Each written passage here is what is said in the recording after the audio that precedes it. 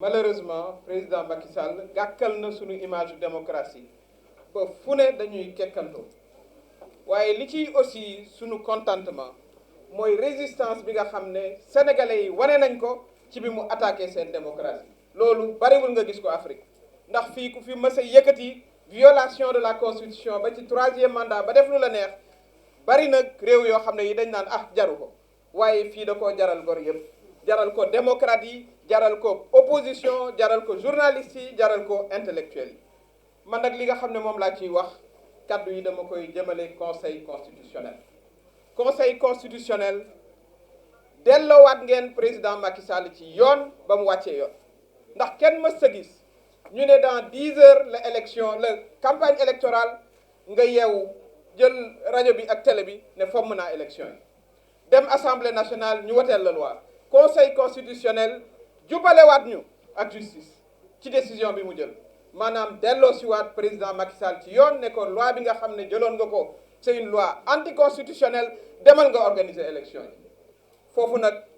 vraiment ñu gis ci loo xam ne lii moo waral lii maanaam ñëpp ànd doon benn say pour que sunu élection yi nga xam ne sunu droit constitutionnel la président Macky Sall jël décision bi nee na day demoo yaay looloo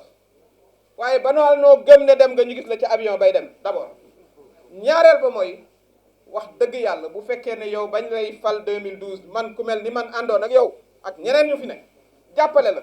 président Ablaye Wade nangu defetam toog def passation de service xool la ci bët dénk la lim lay dénk dem yow waroon ngaa def lu ni mel waroon ngaa delloo teraanga jooju peuple sénégalais bu fekkee ne da ngay dem le 2 avril it da nga war a organiser élection yi avant ngay dem munoo ko organiser na conseil constitutionnel jël responsabilité organiser élection yi sénégalais yi dem wote ji li ci am nag mooy conseil constitutionnel bu xasee ba dogal mu neex la mu naqari la noonu la ndax man mii candidat laa woon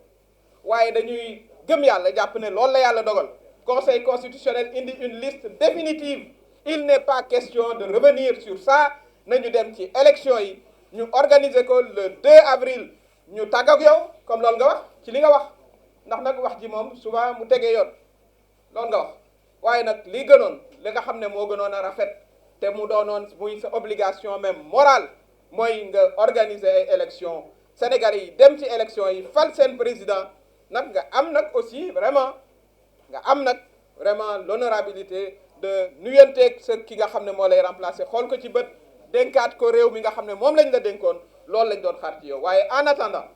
li nga xam ne moom la ñuy dénk suñu bopp di ko dénk sénégalais yi mooy ñu bañ a faiblir la mobilisation moo tax ñu tuddee suñu bopp front de résistance ànd ceeg gor yëpp ànd ceeg démocrates yi ànd ceeg société civile ku nekk ngi ci journaliste animateur tout le monde est là pour que vraiment ñu défendre suñu démocratie loolu nag aussi ñu nangu ne Afrique ak àddina yëpp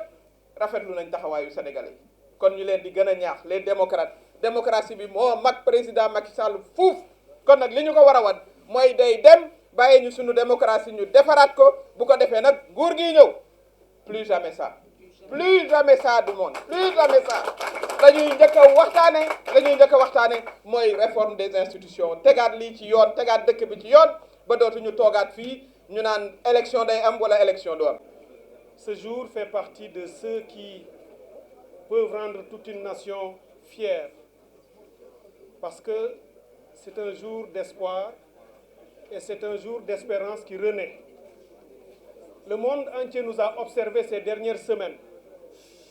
face à cette agression de Macky Sall, agression contre le peuple sénégalais, agression contre notre constitution. Et le monde se demandait comment le peuple sénégalais réagirait. Et nous avons montré au monde que nous sommes capables de réagir. Nous sommes un peuple de refus, un peuple digne et debout. Nous venons de chanter l'hymne national.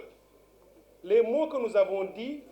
ont rarement eu autant de portée et de signification.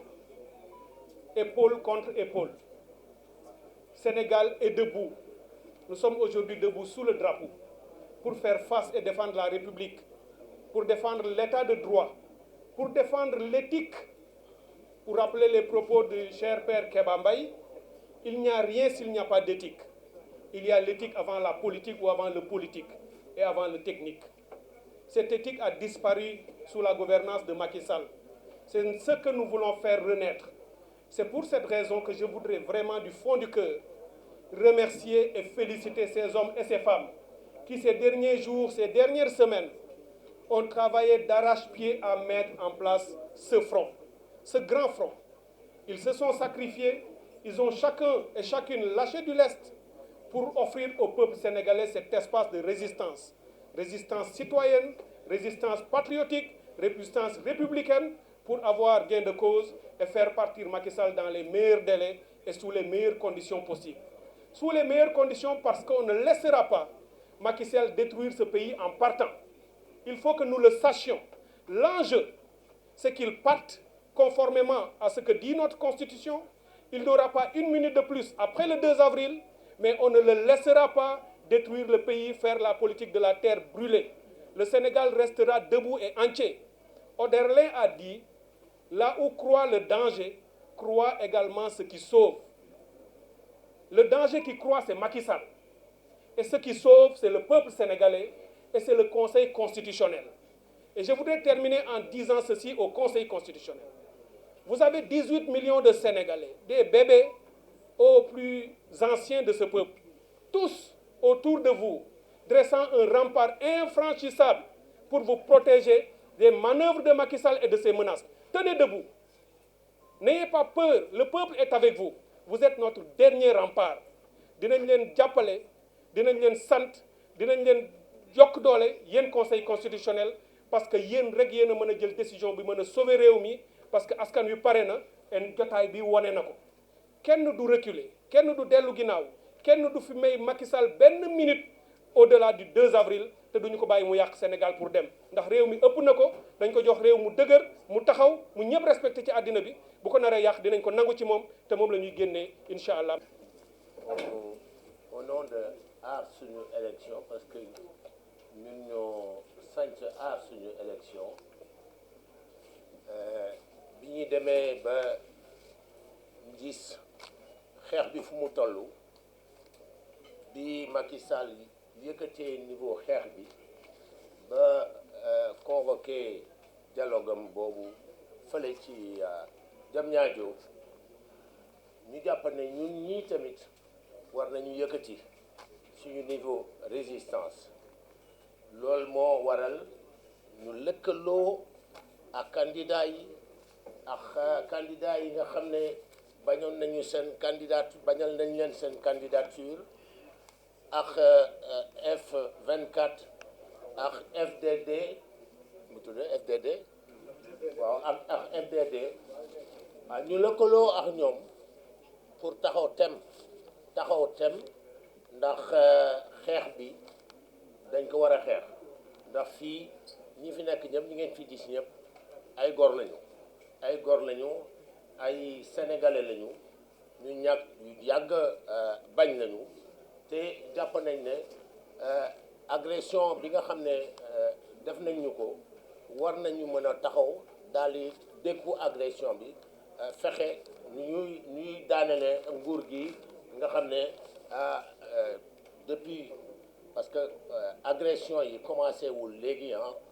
ça fait plusieurs années que les agressions ont commencé ñu ngi def ay violation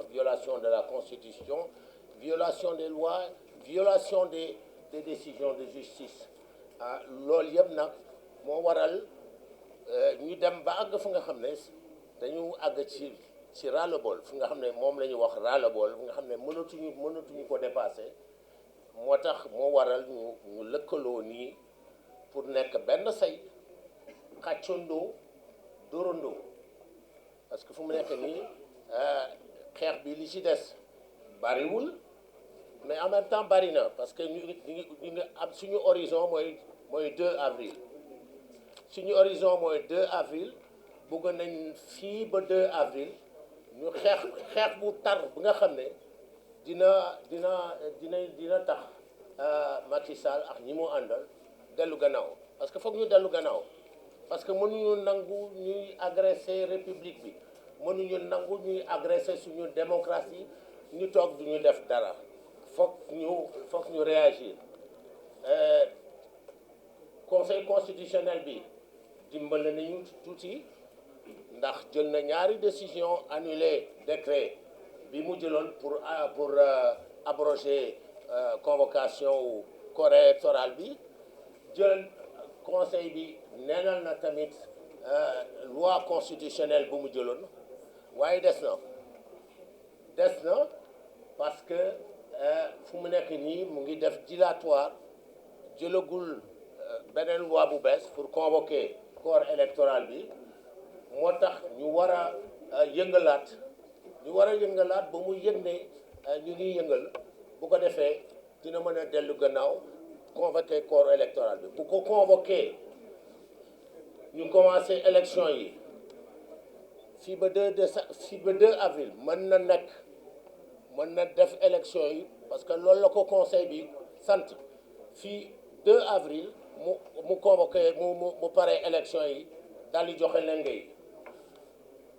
bu fekkee ne nag dëgër na bopp bañ a convoqué élection yi fii ba 2 avril bu boobaa comme niñ ko waxee ni ko sama naataango yi yu wax yëpp niñ ko waxee dañuy dugg ci vide constitutionnel la ñuy dugg vide constitutionnel vide juridique lay dugg bu boobaa nag ñu ngi espérer ñu ngi yaakaar ne constitution bi comme dafa am fonction de régulation cëru régulateur am boobu mu dox ko ba mu mat sëkk maanaam mu jël les décisions yi nga xam ne war na ko jël pour ñu génn ci situation bi ñu nekk moo waral nag ñu war a dooleel constitution bi moo tax ci fan yi di ñëw dinañ def benn déclaration ba nga xam ne dañ koy jagleel conseil constitutionnel bi dañu pour dooleel ko parce que xam naa ne dina subir pression yu bari mais daal bëgg nañ conseil constitutionnel bi fi mu taxaw ba léegi moo tax ñu war ko dimbali ñu war ko dooleel. Alors loolu yëpp nag dafay tax ci fan yii di ñëw ñu def ay initiative prévoir nañu ñetti initiative benn bi samedi 2 mars la mooy rassemblement bu FDD xam nga léegi comme lëkkaloo nañu FDD buy def rassemblement dafay mel ni front de résistance bi mooy def rassemblement léegi maa ngi invité ñëpp samedi 2 ñu dem ci rassemblement wu FDD mercredi 6 mars dinañ am beneen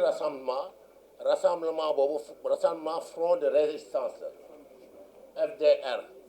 dañ ko def terrain ACAPES lañ ko bëgg a def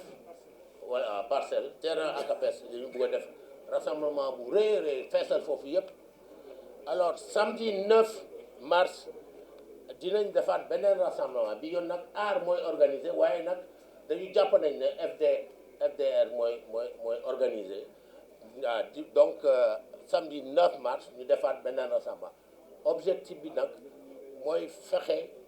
ba président jóge fii le 2 mars ñu am élection yi bu ñu amul élection yi tamit mu jóge fi bu ñu fi amul élection yi tam mu jóge may ñu ko benn waxtu de plus le 3 mars ak le 3 avril mu dem bu ko defee ñun ñu lijjanti suñu réew defaraat suñuy institution defaraat suñu réew defaraat suñu démocratie wasalaam